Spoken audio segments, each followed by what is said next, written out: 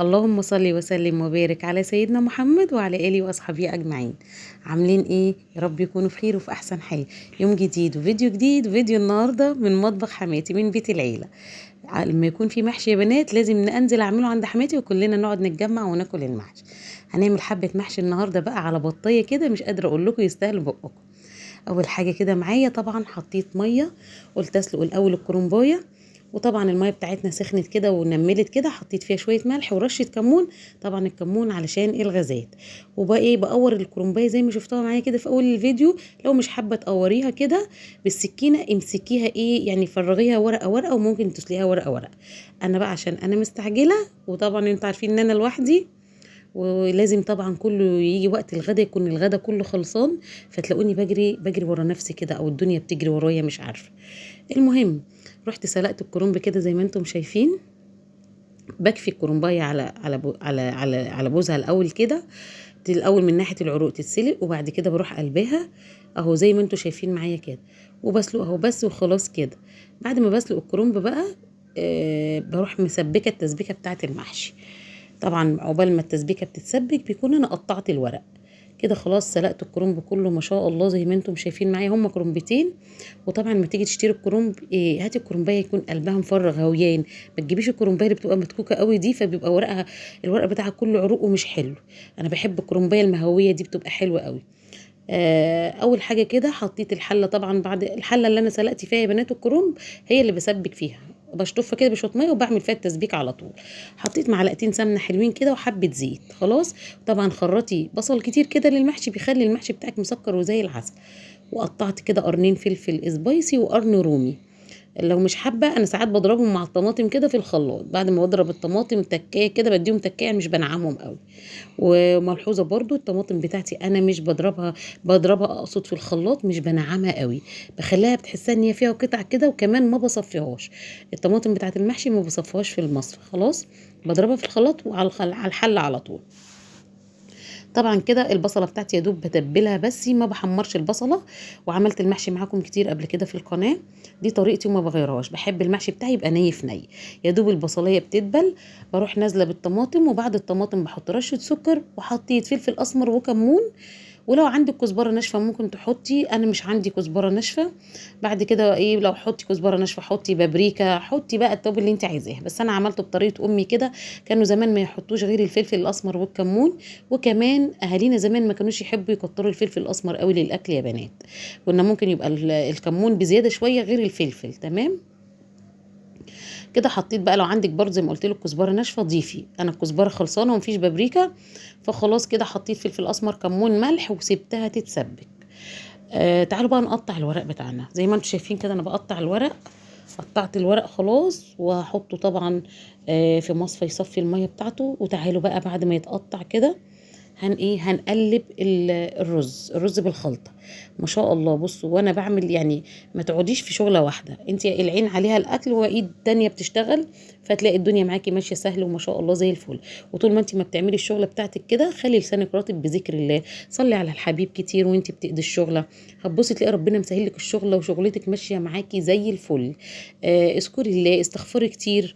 وانت واقفه بتعملي اكل كده استغفري. استغفري وادعي لاولادك.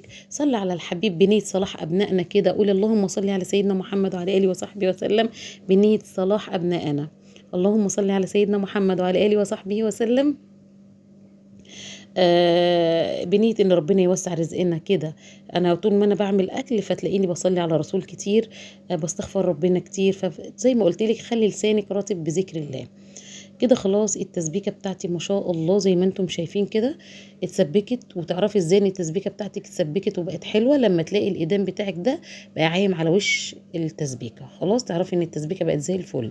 قلبي بقى الرز كده. قلبي الرز بالخلطه بتاعتك الجميله دي، شايفين لون الرز جميل ازاي؟ والتركايه بقى بتاعتي اللي ما بسيبهاش خالص خالص، بتودي المحشي بتاعك في حته تانية. بعد ما بتشوحي الرز دقيقتين 3 على النار كده، بتروحي حاطه حبه زيت كده بسيطه، يعني 3 4 معالق زيت كده وتقلبي. وطبعا مش بقلب الخضره غير لما الخلطه بتهدى شويه، ما بتبقاش سخنه قوي، عشان لو حطيت الخضره والرز سخن هتبصي تلاقي الخضره اغمقت معاكي. الخضره بتاعتي عباره عن شبت وكزبره بس، مش بحط بقدونس. خلاص حطيتها بقى في صينيه كده، علشان برضو عايزه الخضره تبقى خضره وجميله كده فيها. وتعالوا بقى نلف المحشي. انا ده العروق بتاعه الكرنب بحطها في قاع الحله، ممكن تحطي بصل وطماطم، ممكن تحطي جزر برضو معاها اللي يريحك. انا بحط العروق بس وبلف المحشي زي ما قلت لكم في بدايه الفيديو. انا بعمل المحشي بطريقه امي وامهاتكم زمان، خلاص ولا اي افتكاسات خالص. هبدا بقى كده الف المحشي زي ما انتم شايفين. شايفين الخلطه ولونها وجمالها يا بنات؟ تحفه.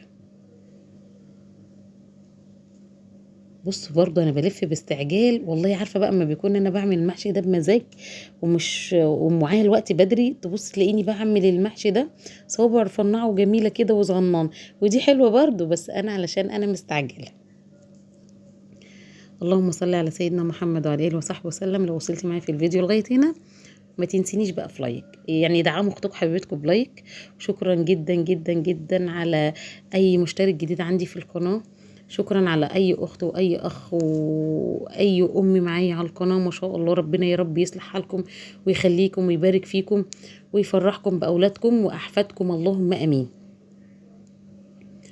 بس هلف طبعا، انا من طبيعتي بحب الف الاخضر الاول في قاع الحله، وبعد كده بحط يعني الورقه الخضراء دي بلفها من تحت، وبعد كده بلف بقى الابيض. خلاص.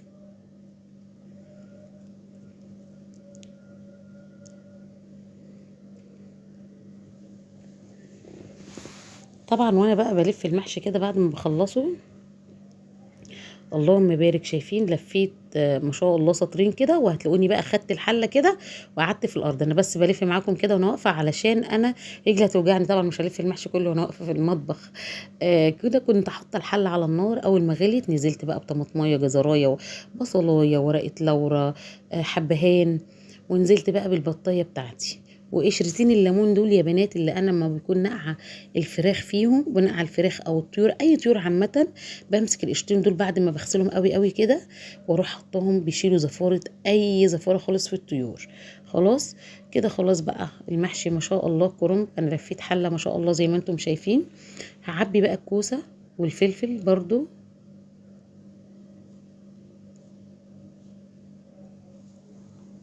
وكده خلاص. يعني زي ما قلت لك، وانت بتحشي بتبقى اديكي شغاله في كذا حاجه.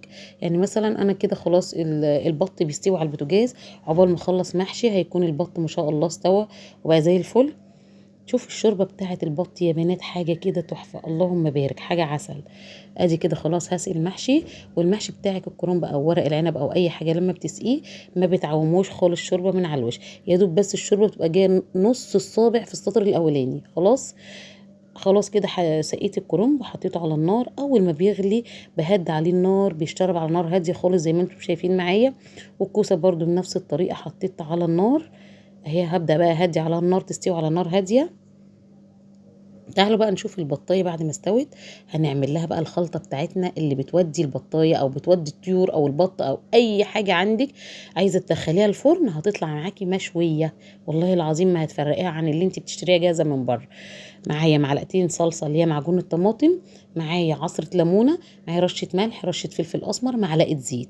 هقلبهم كويس جدا وبالفرشه بقى هدهن البطايه. خلاص كده. طبعا البطايه بتاعتنا متكتفه وما شاء الله، بصوا مش قادره اقول لكم زبده. كده دهنتها كده من الوش كده، وبعد كده هقلبها هدهنها تاني وهروح عدلاها. وطبعا الفرن بتاعي سخن، انزلها في الفرن تحت، الفرن اللي هو بانبوبه دوت، لان برضو الوقت دخل معايا وهم قاعدين والاكل لسه مخلص. زي ما قلت لكم يوم المحشي ده بيبقى يوم صعب قوي عليا، بحس ان انا كده بجد بقعد اجري كده ورا نفسي. كده دخلها بقى الفرن. اللهم بارك. تعالوا بقى نشوف حبه المحشي بعد ما استوي، يلا نغرفهم يا سيدي على الجمال. بصوا حاجه كده تحفه، ايه رايكم؟ يا نهار ابيض، حبة محشي يستاهلوا بقكم الحلو، يستاهلوا 1000 لايك، مش لايك ولا 100 لايك ولا كام لايك. ايه رأيكم في البطاية بقى؟ طبعا انا حاطة البطاية بس كده على وش المحشي عشان التصوير، لو مش التصوير هحطها في حاجة لوحدي. اللهم بارك. بصوا الكوسة والفلفل هحطهم برضو كده على وش المحشي برضو. ده كان غدانا النهاردة، يا رب يكونوا بتطلعوا من فيديوهاتي مستفيدين. حبايب قلبي بحبكم في الله، احلى اخوات في الدنيا كلها. بس كده. اقول لكم ايه؟ اقول لكم تعالوا كلوا، ريحه المحشي دي جايبه اخر الشارع، والله ريحه المحشي دي جامده. اللهم بارك. بألف هنا وشفا للي ياكل. بحبكم في الله، احلى اخوات في الدنيا كلها. استودعكم الله الذي لا تضيع ودائعه في حفظ الرحمن، والسلام عليكم ورحمه